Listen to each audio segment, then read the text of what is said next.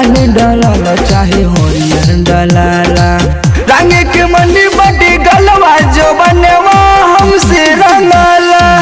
डाले ता चोलिया में रंगवा जो बनवा हमसे रंगाला।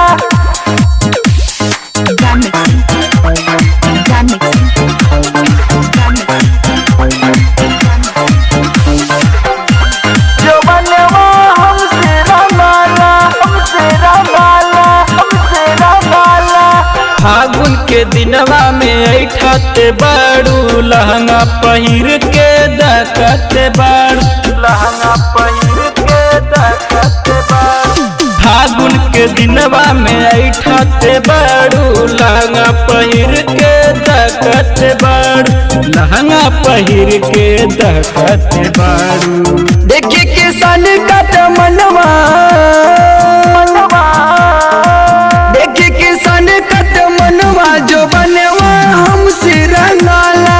डाले द चोलिया में रंगवा जो बनवा हमसे रंगाला।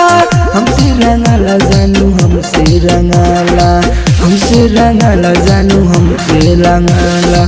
रंग के मन बटे गलवा, रंग के मन बटे गलवा जो बनवा हमसे रंगाला, हमसे रंगाला।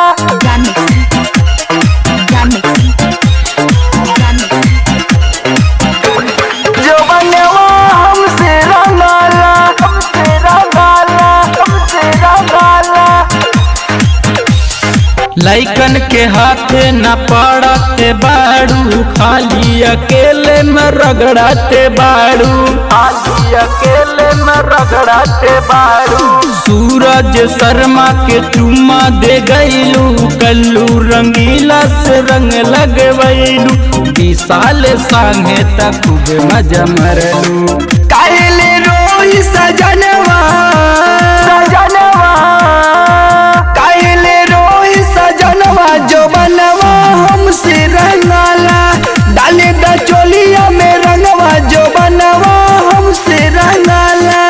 लाल डलाला चाहे हरियर डलाला, लाल डलाला चाहे हरियर डलाला।